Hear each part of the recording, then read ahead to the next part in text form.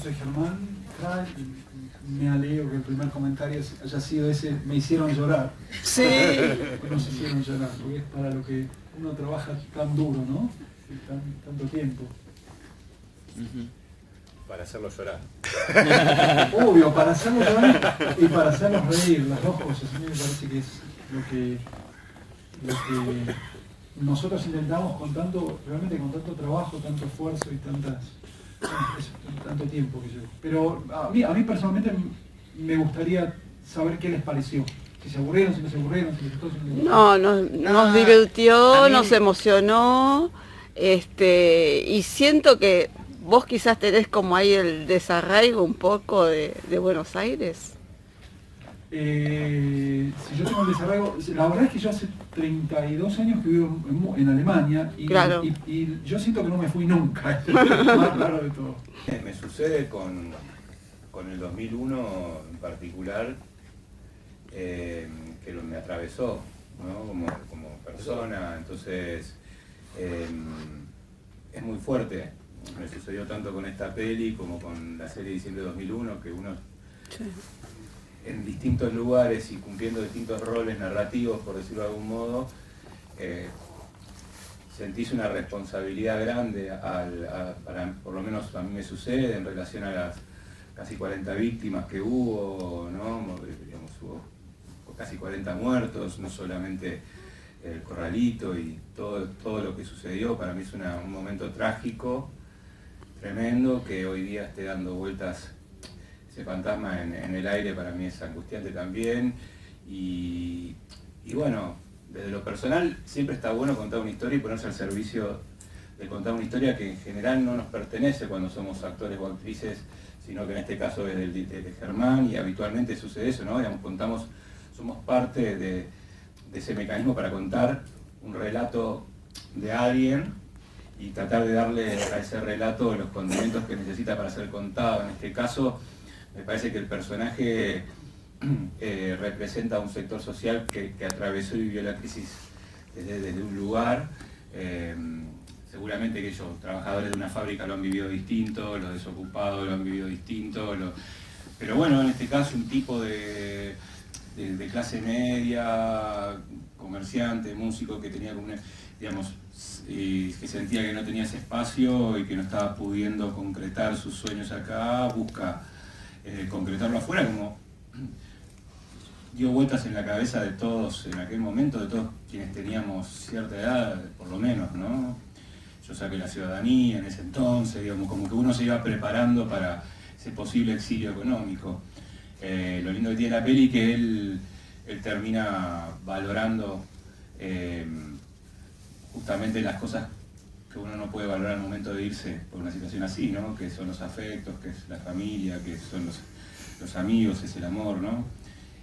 Y eso me parece que es lo lindo que tiene la película en este contexto tan complejo, ¿no? Tan complejo y de tanta, digamos, de tanta multiplicidad de interpretaciones, ¿no? Digamos, ideológica, política, y cada uno de los que somos parte de esta película pensamos muy distinto. Entonces, nada, lo más interesante para mí era, además, abordar con responsabilidad esta historia, y también un condimento muy grande que tiene la película, que es el condimento musical, ¿no? Que, digo, no todas las películas que sean cruzadas por la música siento que te exigen tanto como esta película a nivel interpretativo, y eso para mí fue como uno de los grandes desafíos, poder estar a la altura de lo que la película quería mostrar y de lo que los músicos que interpretaron la música de la película, que son de los mejores músicos de tango de la Argentina, habían interpretado. Entonces también había ahí un pulso muy fuerte mío por tratar de estar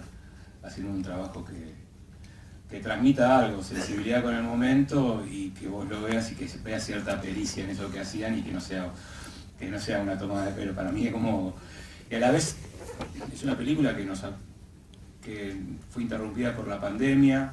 O sea, es una película que habla de una crisis muy grande, y que vivió una crisis muy grande la película. Nos atravesó la pandemia, frenó el rodaje, terminamos de filmarla casi un año después.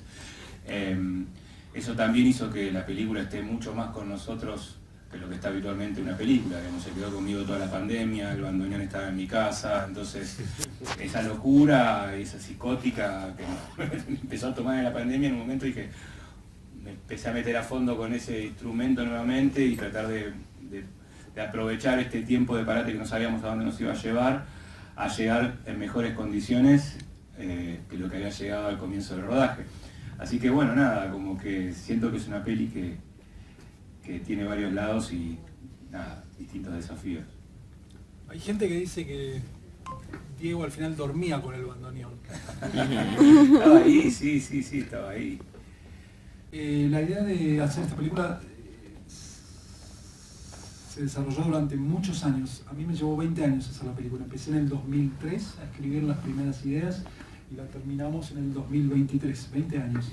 Por supuesto no trabajando solo en esta película, pero es el tiempo que llevó escribirlo. Trabajé con un excelente guionista argentino, Fernando Castells, que escribió El hijo de la novia, con Campanella, Nos amó la misma lluvia, Luna de Avellaneda y muchas otras películas.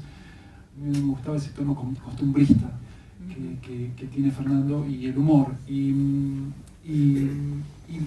Bueno, la idea surgió un poco a partir de un bar mítico que había, un bar de tango que había en Pompeya, que era el bar del Chino. Yo hice un documental ahí y me quedé fascinado por ese mundo. Y entonces esa fue como una gran inspiración. Entonces Pompeya era como hacerle un homenaje a estos cantantes y cantantes de tango y músicos de tango olvidados que viven simplemente para poder el fin de semana cantar y tocar en un bar de mala muerte donde no va nadie a escucharlos. Así un poco surgió el proyecto y por eso lo pusimos en Pompeya. Una pregunta para el personaje, Atilio. ¿Cómo es ese Atilio? Bueno, es un personaje entrañable, verdaderamente. Sí. Como creo que es evidente y se nota.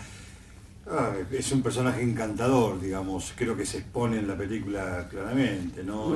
Como la película metaforiza mucho con el tema de la música y los sueños, y a la vez con la realidad.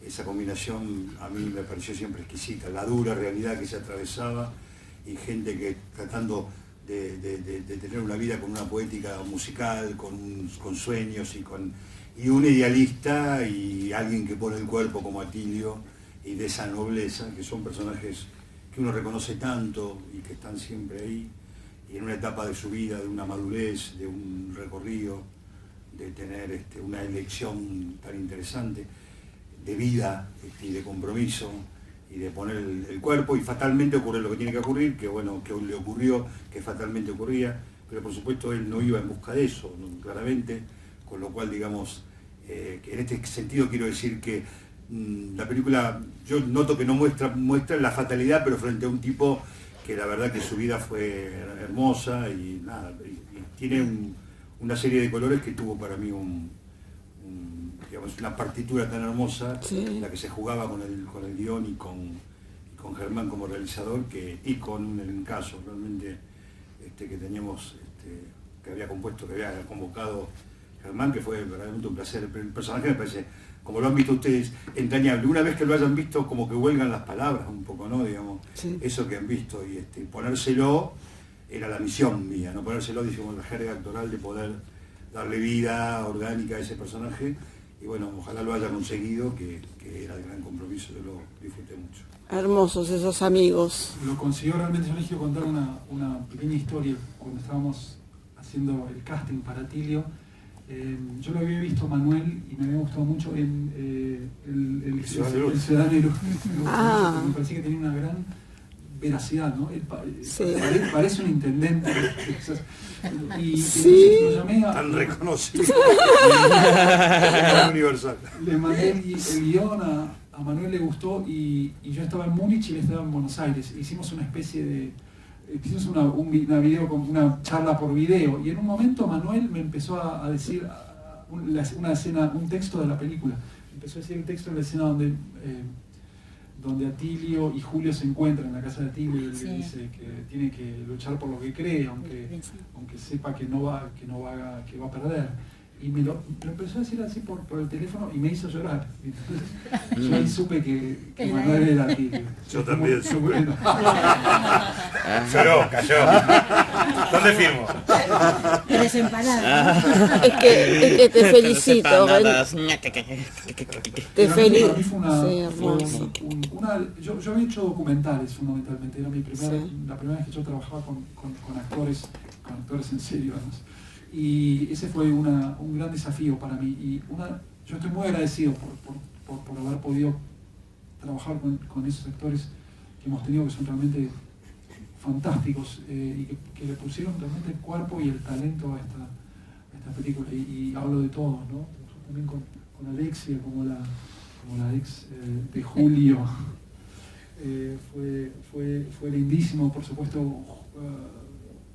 Diego, que le puso gran trabajo a esta película, que además de la parte actoral, estuvo un año aprendiendo a tocar el bandoneón. Eso te iba a decir. Y toca las notas. Cuando Ajá, ustedes sí, ven, se ve. Diego toca las notas. Eso toca las notas no porque de casualidad, sino porque Se trabajó Estudió. días y días para sacar eso, digamos, más allá, además del talento actoral. Creo que es un gran trabajo y nosotros hemos estrenado la película en Alemania y en Suiza, en Austria, y los comentarios de la prensa para Diego han sido siempre fantásticos. Yo estoy muy agradecido por tu trabajo.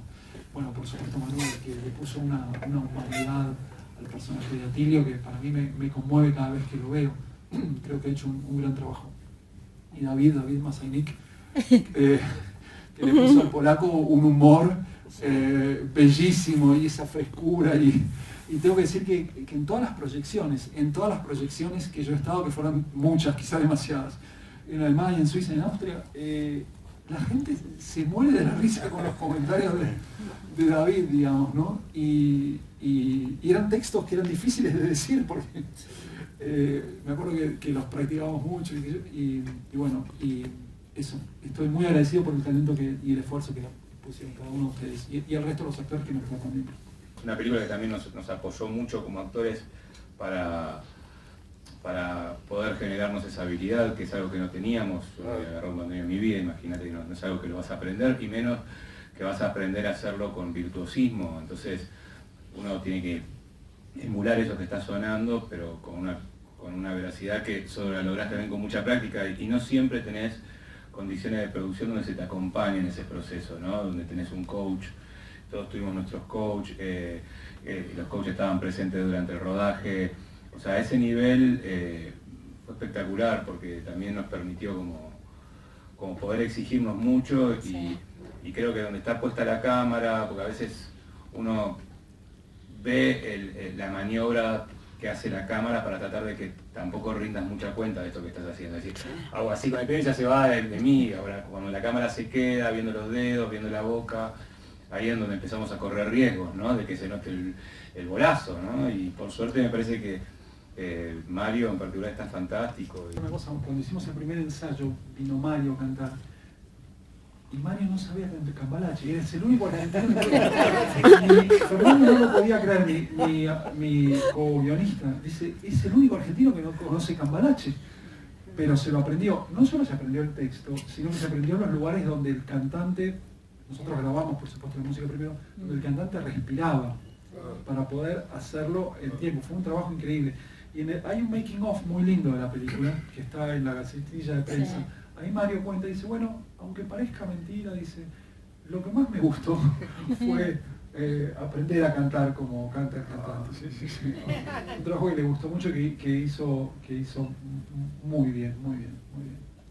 A Mario se le murió un hijo durante el rodaje. Yo lo llamé, le dije, Mario, ¿quiere tomarse una semana? Por supuesto que no podía tomarse una semana. Claro. Y dijo, no, quiero trabajar. Fue increíble eso. Otro de los grandes actores que tuvimos. Sí. Mario Alarcón. Carlos Portalupi, que no pudo venir, es un actorazo. Digamos, Carlos pone la cara y cualquier cosa que haga es verdadero. Sí. ¿No? Es impresionante. Convocaste un gran elenco. Sí, tuvo mucha suerte, sí. Y la escena del banco fue fuerte también porque, bueno, nada, estás como representando momentos que sucedieron. Sí. Y que en algún punto, si bien yo no tenía un cobre en ese momento, entonces el corralito a mí no me tocó ni de cerca porque no tenía nada en el banco, uno vio sufrir mucho a la gente, vio sufrir mucha gente querida, mucha gente de sus lugares y nada, y te teñís un poco de eso y tenés que estar a la altura de semejante cuestión emocional, me parece, ¿no? Yo, si me permite, quiero contar una pequeña anécdota con respecto a esto de los músicos que teníamos con Carlos Portalupi, porque me recuerdo que en alguna otra charla que tuvimos los dos por otro motivo, yo la conté también en público, que estábamos, esto de la cuestión del músico y el actor, ¿no es cierto? Que a la vez, también como actores, cuando uno ve a un músico y que también hay una cosa de interpretación y de poner el cuerpo y todo esto y el bandoneón tan maravilloso como lo que hizo Diego y todos nosotros, pero había situaciones donde estábamos tocando y los actores siempre buscamos vincularnos actoralmente, la construcción actoral. Sí. Entonces había momentos en que los coaches musicales nos decían durante un tema, por ejemplo, vos, y ahí vas adelante, Manuel, vos con el violín, porque el solo de violín es en este momento. Entonces yo iba, hacía lo que me decía, y Carlito estaba con el piano, y estaba acompañando, y decían, mírame. Cuando, Manuel, ¿qué? Mírame. Le digo, no, que y el coach me decía, vos al frente. Entonces me decía, mírame, no te conectás conmigo. Y le decía, no, pero entonces había una diferencia de código entre el actor que quería siempre estar comunicado, ojo a ojo, y entonces no te tengo que mirar ahora. Y le decía, ¿cómo puede ser que yo esté tocando el piano junto con vos, esté solo? Es para que compartamos, ¿no? Es adelante, era muy gracioso. Fue muy intenso y muy lindo de este personaje del polaco, sí, junto con su delirio cósmico, ¿no? Esto que le da un poco de, como dice Germán, un poco de humor y de aire a una situación trágica, dramática, que pareciera que no va a terminar. Bueno, me parece que eso es lo lindo justamente, ¿no? de este personaje y su bar, y lo que es como un lugar de resistencia en un punto, ¿no? Así como los músicos resisten con su arte a través de las inclemencias, este hombre resiste el tiempo también dándoles lugar a ellos, ¿no? Porque no hay luz, les paga con empanadas, ¿no? Entonces me parece como un personaje muy noble en ese sentido, y eso. Hice un casting, me llamaron para hacer el casting, hice 2 personajes y bueno, Germán me eligió para este. Pero yo no me acordaba de tu castigo, yo tenía la sensación que estabas desde siempre. Ah, mira. No, me hiciste castear, Germán. A mí también. Yo también. De tu casting me acuerdo, sí. Sí. Germán, ustedes saben que David es un gran cantante de tango. No sé si es un gran cantante de tango, ¿no? Sí, bueno. Me gusta cantar, soy amante del tango y me gusta cantar. Gracias por lo de gran cantante, lo hago con mucho amor y le pongo pasión, pero bueno. Primero soy actor y canto. Hay un momento muy lindo para mí en la película, que es al final, cuando nos estamos despidiendo de cada uno de los... Perdón que yo diga que hay un momento muy lindo, pero a mí me gusta siempre. Que el polaco, el personaje de David, mira a la orquesta y está como orgulloso de mis muchachos. De sus muchachos, y está trabajando, Sí. deja la bandeja, Sí. se para un minuto en Sí. ese quilombo, mira a la orquesta y eso, siente orgullo. A mí es un momento que me conmueve Sí. mucho. Sí, ya, es verdad. ¿Cómo cuenta eso? Sí. Siempre hay un montón de cosas que van metiéndose en el guión. Lo quieras o no lo quieras, lo elijas o no lo elijas. Un montón de cositas. Pero bueno, por ejemplo, Carlos Portalupi tiene ese personaje jugador y había un cantante en el bar El Chino que se llamaba Julio César Fernández, falleció hace un mes lamentablemente. Y era un jugador empedernido, por ejemplo, sacamos eso de ahí, y hay cositas que se van metiendo. Yo le tiré 2 teléfonos a mi hijo por la ventana porque no quería no quería hacer las tareas y me tenía cansado, y se los tiré y Julia le tiraba a la hija. Que no fue así que yo lo haya propuesto, lo propuso mi coautor, y yo dije, bueno, está bien, pero por ahí basado en mi propia experiencia. Siempre se van Esas metiendo cosas cositas. pasan, dijiste vos. No lo digo con orgullo tampoco, ya sea el teléfono, pero no quería hacer las tareas. Germán, ¿qué opinión hubo del público donde se fue proyectando la película, y sobre todo por el contexto también que tiene político social? Mira, Yo estuve en proyecciones, muchas en Alemania, algunas en Suiza, como conté, una en Austria, estuve en China, estuve en Miami proyectando la película, asistiendo a proyecciones, y acá en Argentina. Lo que me impresionó es que hasta ahora en Argentina tuvimos 2 proyecciones durante el Festival de Cine Alemán. La gente se reía mucho menos de lo que yo estaba acostumbrado. Y me puse nervioso porque para mí la película es una tragicomedia. Y hablé con mucha gente y me decía, no, lo que pasa es que, y lo entendí, lo que pasa es que el corralito acá, y los muertos, y el coso, y el cacerolazo, y todo eso, y la crisis, y irse del país, todo eso tiene una dimensión trágica y toca a la gente de otro modo. La gente en Alemania se reía mucho, y en Suiza también, digamos, se reía más que acá. ¿Cómo? Y creo que no lo pueden creer, como Claro. por ahí es tan enorme que no lo pueden creer. Muchas partes del mundo, con mucho arraigo social cada vez más. Entonces, en ese punto sí entiendo que iba a haber un gancho fuerte para afuera, ¿no? Digamos, siempre de afuera, digo, el afuera que te toque, ¿no? Digamos, se va a apreciar lo autóctono, lo particular de ese lugar, y me parece que el tango habla mucho de nosotros, de nuestro país, de nuestra cultura, de nuestra forma de ser, de nuestra cosa más nostálgica y demás. A mí en lo personal, para mí el tango era mi abuelo, son los cassettes de mi abuelo con los que yo me quedé cuando él murió, el cassette de Julio Sosa, el de Gardel, el de Goyeneche, que mi vieja se preocupaba, decía, ¿qué hace este pibe escuchando tango a los 10 años? Y para mí siempre fue, de hecho, yo hice muchos años de Café Concert y con mi personaje me permitía cantar tango, digamos que es algo que me gusta. Entonces, para mí fue una invitación a algo muy placentero para mí.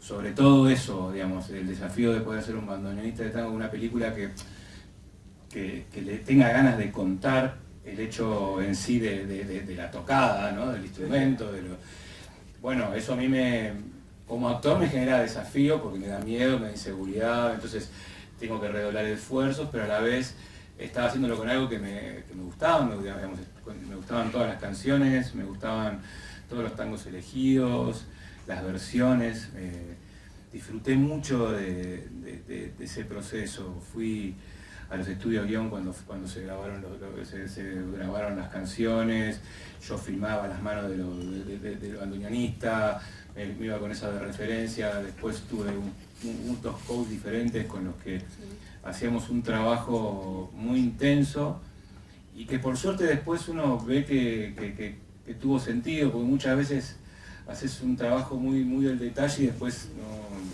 no se ve y decís, ¿para qué perdí tanto tiempo ahí? Acá me parece que justamente íbamos a estar expuestos, ¿no? Los músicos de la película, entonces si estábamos flojos iba a ser un desastre y ahí ibas a tener que hacer un videoclip, viste algo. Y esto me parece que lo que está bueno es eso, es que decís, che, mirá, parece que lo están ahí. Y hay algo que tiene vida, y hay algo que está vivo, y hay una química ahí entre el grupo y el elenco.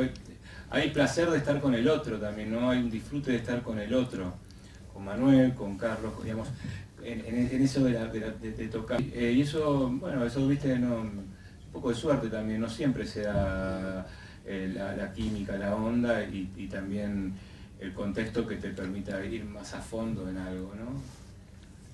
Va a llegar a esa fatalidad y sabiendo que el primer plano mío a veces es mirando ese lugar que en realidad no está frente a mí, claro, porque se va a editar y yo lo estoy evocando y lo tengo que evocar interpretativamente, te ponen un desafío que lo que tengo que hacer yo en este momento como el cirujano es que no me tiembla el pulso a la hora de abrir ¿se entiende lo que digo?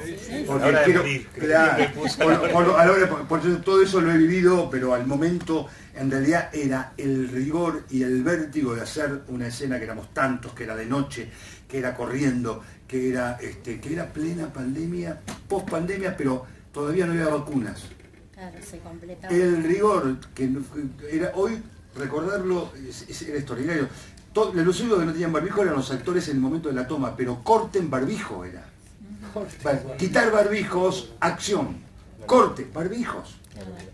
Era así laburar, entonces estábamos todos, entonces el piso estaba limpio para ellos, entonces todos los extras estaban testeados minutos antes en equipos que había de testeo, entonces había que sacarse todos y después vos estabas transpirando ahí con gente que te transpiraba en la cara y decía, bueno, sí, están todos testeados. Sí. Es decir, y había todo un vértigo que la emoción pasaba en realmente por estar tocando ese tango en absoluta profundidad y saber que por lo demás, sí, uno labura como actor con tripa puesta siempre, o lo intenta, y yo creo que fue un momento, desde el punto de vista personal, actoral, muy maravilloso, por todas estas razones que te estoy mencionando. La evocación, el nivel industrial para hacer esto que estamos haciendo en este lugar, lo estamos haciendo bien, somos 100 y pico de personas para ese foco de este Atilio ahí en ese momento. Y creo que la intensidad estaba en toda esa cepa que converge ahí, ¿no? Esa es la diferencia entre un gran actor y un actor que no es tan bueno. El momento de filmación es siempre un quilombo, es imposible, hay 250.000 cosas que están saliendo, pues complican cosas, la luz se va, no tenés tiempo.